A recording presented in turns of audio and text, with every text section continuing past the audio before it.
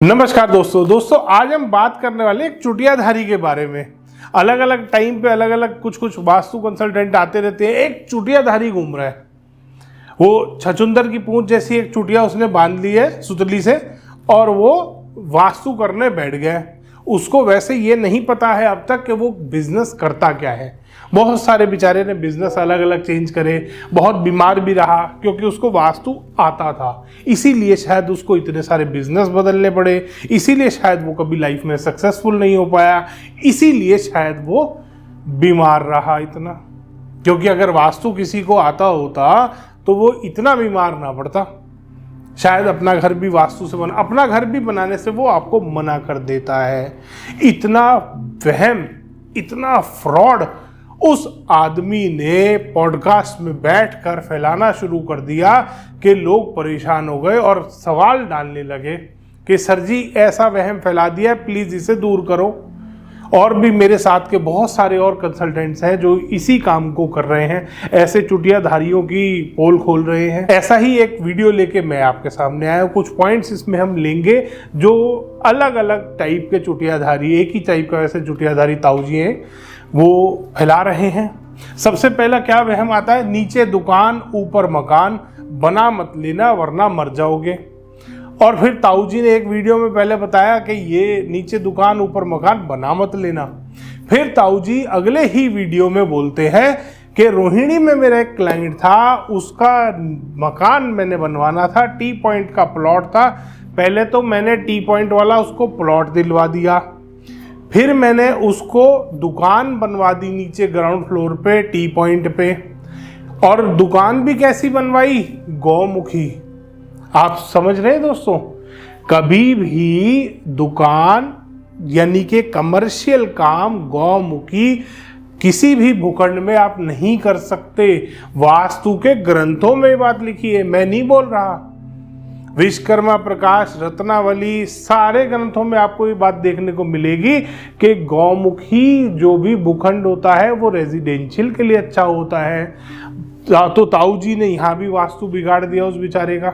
T point का मकान दिलवा दिया, टी पॉइंट का प्लॉट दिलवा दिया। एक तरफ तो ताऊजी बोल रहे हैं कि टी पॉइंट मार देगा, कॉर्नर प्लॉट मार देगा, दूसरी तरफ ताऊजी टी पॉइंट के मकान दिलवा रहे हैं। तो सबसे पहले तो ये वहम आप अपने मन से निकालो। दूसरा, ऐसी गलती कभी मत करना कि आप अपना कोई भी कमर्शियल जो आप काम कर रहे हो, चाहे वो रेजिडेंशियल कम कमर्शियल आपने बना रखा है, चाहे वो कोई पूरा भूखंड ही कमर्शियल है, गौमुखी कभी मत बनाना। इस बात का खास ख्याल करना। अगला है, अगर बंद घड़ी घर में लगाई तो कोई फर्क नहीं पड़ता। ताऊजी ने बोला कि मेरा, पहले ताऊजी ने एक वीडियो में बोला मेरी फैक्ट्री थी, फिर ताऊजी ने कुछ और बोला, फिर ताऊजी ने इस घड़ी की बात जब आई तो ताऊजी ने कहा कि मैंने 5 साल बंद घड़ी पहनी है, मुझे कुछ नहीं हुआ। अरे भाई, हमें पता है तुझे कुछ नहीं हुआ, क्योंकि लाइफ में तू आगे तो बढ़ा ही नहीं हुआ, यही तो बात है ना, क्योंकि तेरा वक्त रुका हुआ था। बंद घड़ी पहन के कितना ऐसा आदमी, कितना एक हास्य का वो बन जाएगा वो आदमी कि कहीं भी पब्लिक मीटिंग में गया और घड़ी पहन रखी है, वो भी बंद है। सोचो, 4 लोगों के बीच में खड़ा है, किसी की घड़ी पे नजर चली गई, पता लग रहा है दिन के 3 बजे, उसकी घड़ी में 8 बज रहे हैं। बंद घड़ी बंदा पहन के घूम रहा है, 5 साल बंदे ने बंद घड़ी पहनी है। ऐसी ऐसी हरकतें कर रहा है वो आदमी। फिर कहता है मेरा घड़ियों का काम था, किलो के हिसाब से मेरे यहाँ घड़ियां पड़ी रहती थी, वो भी बंद। भाई, बिजनेस था तेरा। आजकल न्यूमेरोलॉजी में चल रहा है ना, सिम कार्ड नंबर आप चेंज कर लो, आप अपना फ़ोन नंबर चेंज कर लो। अब ऐसा थोड़ी एयरटेल वाला करोड़पति बन जाएगा सिम कार्ड अगर उसके यहाँ घर में पड़े रहेंगे तो, ऐसा तो नहीं है। एक टेलीकॉम प्रोवाइडर है ना वो। तो अगर तू, तेरा घड़ियों का काम, पहले तो तू डिसाइड कर कि तेरा बिजनेस क्या था। घड़ियों का काम था, फैक्ट्री थी, तू बीमार था, तेरे को कैंसर था, तू किराए के मकान में था, तू झुग्गी में था।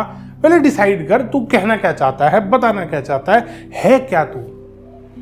बंद घड़ी भी तूने 5 साल पहन ली, तूने घड़ियों का काम भी कर लिया, तो ऐसे भ्रम फैलाते हैं लोग। बंद घड़ी कभी भी आपके घर में अगर लग रही होगी, एक सिंपल सा लॉजिक है कि बंद घड़ी घर में इसलिए भी नहीं लगाते, लॉजिकली अगर देखा जाए कि कोई मेहमान आए, घड़ी में टाइम देखने के लिए तो आप घड़ी लगाओगे।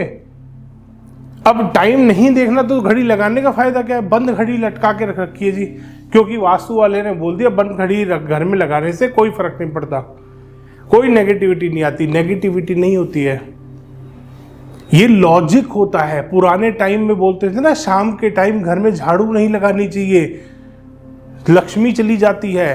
तो इसके पीछे लॉजिक होता है कि सूरज ढलने के बाद नाखून नहीं काटने चाहिए, इसके पीछे लॉजिक था।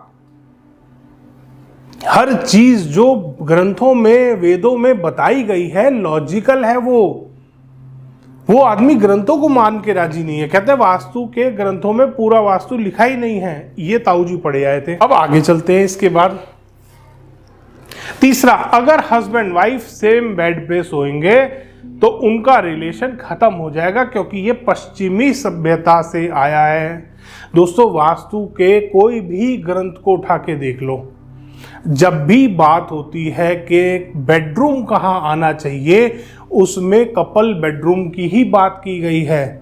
घर के जो मुखिया हैं, मुखिया कौन होते हैं? हस्बैंड वाइफ दोनों। हमारी जो संस्कृति है उसमें दोनों हस्बैंड वाइफ को बराबर का दर्जा दिया गया है। इंडिया का जो कानून है, जो कॉन्स्टिट्यूशन है, उसमें भी आदमी और औरत के लिए बिल्कुल सेम कानून है। और अदर रिलीजन्स में अलग अलग कानून बने हुए हैं, बट जो हिंदू, हमारी जो सनातन धर्म है, इसमें आदमी और औरत को बराबर दर्जा दिया गया है। ये आदमी कहता है कि अगर आप अलग बेडरूम में नहीं सो सकते, कम से कम अलग बेडों पे सो। राजा का बेड बड़ा होना चाहिए, रानी का बेड छोटा होना। अरे भैया, घर में कपल रह रहे हैं, नॉर्मल आदमी रह रहे हैं, तू कहां राजा रानी खेल रहा है? और जो किलो की बात करते हैं वो सेफ्टी पॉइंट ऑफ व्यू से होता था कि राजा को प्रोटेक्ट करना होता था, वो उस पॉइंट ऑफ व्यू से था। वो लगा ही नहीं रहा। वो कहता है राजा का महल अलग होता था, रानी का महल अलग होता था।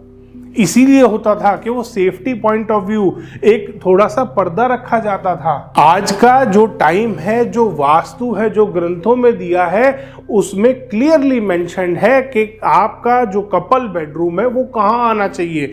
इसमें कोई पश्चिमी सभ्यता नहीं आ गई है। इसमें ऐसा नहीं है कि अगर एक बेड पे सोए हस्बैंड वाइफ तो तलाक होना ही होना है। इसको अपने फादर और मदर को, तो इस आदमी ने, मेरे को लगता है इसकी इतनी एज है कि इसने अपने माँ बाप को देखा होगा और के साथ में रह रहे हैं या नहीं रह रहे हैं शायद, या फिर ये एक ब्रोकन फैमिली से होगा, कोई भरोसा नहीं है। अपना ये खुद भी जरा घर दिखाए कि क्या ये साथ में सोते हैं हस्बैंड वाइफ, या ये अलग राजा जी बन के बैठे रहते हैं अपने घर में। ऐसी सोच से ही पता चलता है कि ये आदमी किस मेंटालिटी का है। तो दोस्तों, ऐसे वहम में ना पड़े।